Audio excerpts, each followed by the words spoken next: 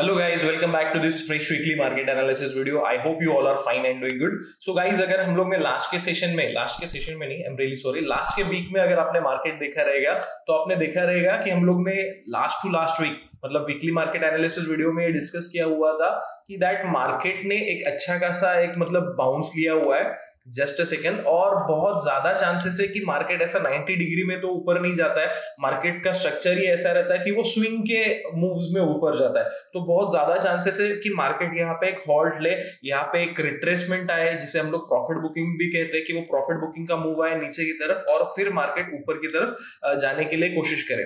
तो उसके बाद में ऐसा बहुत बड़ा प्रॉफिट बुकिंग का मूव नहीं आया या फिर ऐसा एक अच्छा खासा रिट्रेसमेंट नहीं आया। मार्केट ने खुद को एक ऊपर के लेवल्स पे होल्ड भी किया हुआ है, बट ये जो 3-4-5 दिन का जो पिछले वीक में कंसोलिडेशन हुआ वो पीरियड में मार्केट ने एक रेंज बनाया हुआ है। नाउ अगले वीक के लिए ये रेंज बहुत ही ज्यादा इंपॉर्टेंट रहेगा। आइदर साइड में जो भी साइड में वो ब्रेक करेगा, either on the down side या फिर अप साइड, तो वहां से एक मोमेंटम की मतलब शिफ्ट हो सकती है कि वहां पे हम लोग ये डिसाइड कर सकते हैं कि अगर अप साइड के लिए ब्रेक होता है तो बायर्स अभी भी हावी है और मार्केट ज्यादा अभी रिट्रेसमेंट के लिए देख ही नहीं रहा है, यही से ये ऊपर जाने की कोशिश कर सकता है। और अगर वो डाउन साइड में ब्रेक होता है तो फिर हमारा ऐसा रहेगा कि उसके बाद के जो इंपॉर्टेंट सपोर्ट्स रहेंगे वो हमारे लिए इंपॉर्टेंट रोल प्ले करेगी कि मार्केट वहां पे कैसा ये कर रहा है, वो बहुत जरूरी रहता है। नाउ गाइस, आपको एक बाइंग सेलिंग के बारे में अगर एक इंपॉर्टेंट चीज बतानी हो तो वो ये रहती है कि लेट्स से फॉर एग्जांपल यहां से मार्केट ऊपर गया है और उसके बाद में मार्केट ने एक छोटा सा रिट्रेसमेंट बाउंस किया। हम लोग ने देखा रिट्रेसमेंट के लिए नीचे आया, बाउंस नहीं नीचे आया।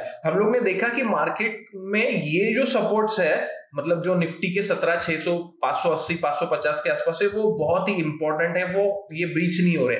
नाउ अगर मार्केट ये सपोर्ट्स को अगर ये ब्रीच नहीं करता है और यहीं से ये ऊपर जाता है और उसके बाद में ये जो फर्स्ट जो हाई बनाया हुआ है स्विंग है उसे अगर मार्केट ब्रीच करता है तो उसके बाद में बहुत ज्यादा एक अच्छा मूव आएगा। इसका रीजन ये रहता है कि मार्केट ने बहुत ज्यादा मतलब ये नहीं किया और जो उसका जो इमीडिएट जो फर्स्ट हॉल्ट रहता है ना वहीं पे ज्यादा सेलर्स डोमिनेट नहीं कर पाए। अगर सेलर ज्यादा हावी होते थे ना गाइस तो वो यहां से ये जो सपोर्ट ब्रिज बना है 3-4 दिनों में वो शायद टूटता था और वहां से वो नीचे भी जाता था। बट अगर लेट्स से फॉर एग्जांपल ये हाई टूट रहा है तो मतलब बायर्स ने फर्स्ट टाइम जहां पे सेलर्स आए ना उनकी बिल्कुल भी रिस्पेक्ट नहीं किए, तो यहाँ पे सेलर्स ये केस में बहुत ज्यादा और ये हो जाता है कि नहीं भाई यार बायर तो मान ही नहीं रहा है, तो वो केस में मार्केट यहाँ से और आगे जा सकता है।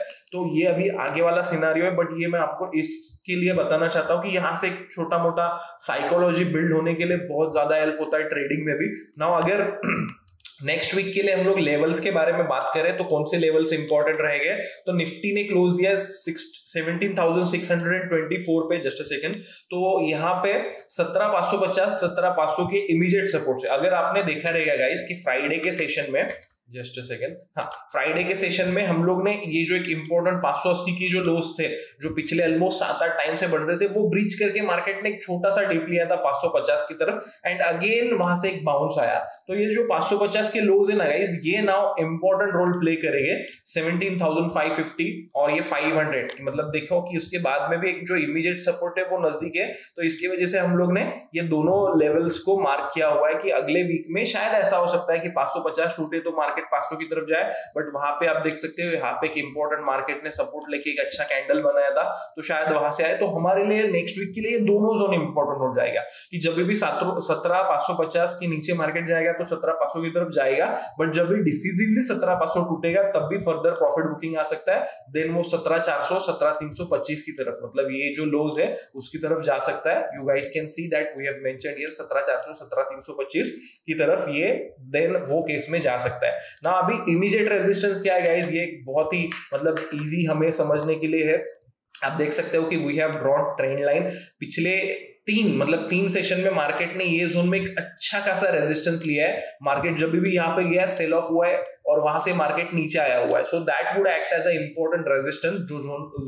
जो जोन बन रहे 17,660 से लेके 17,700 के, जब भी मार्केट ये जोन के ऊपर मतलब एक अच्छा खासा कैंडल से 15 मिनट 1 आवर कैंडल में क्लोज देगा तभी मतलब आप देख सकते हो कि ये फॉलिंग ट्रेंड लाइन का भी ब्रेक होगा और फिर मार्केट वहां से अपसाइड के लिए ट्राई करेगा।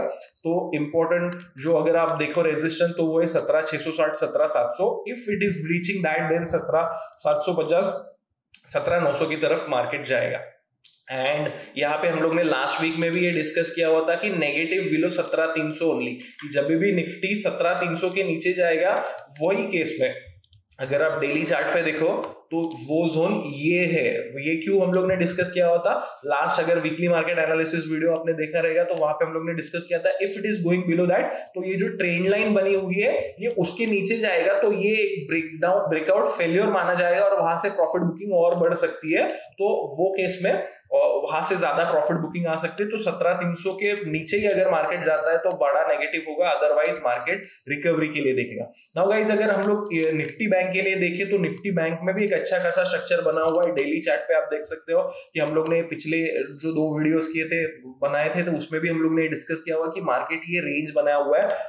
फ्राइडे को मार्केट ने ये रेंज से एक मतलब अटेम्प्ट किया कि ये ब्रेच करके गया, बट अगेन निफ्टी के साथ में इसमें भी बाउंस आया। तो यही जोन निफ्टी के लिए इंपॉर्टेंट रहेगा 42,000 41,900 on the down side. If it is breaching that then further profit booking towards 41,600 और फिर ये जोन की तरफ भी प्रॉफिट बुकिंग आएगा 41,400 की तरफ। यहाँ पे आप देख सकते हो कि 42,000 41,900 एक इंपॉर्टेंट सपोर्ट से, if it is reaching that then हम लोग 41,550 की तरफ जाएंगे।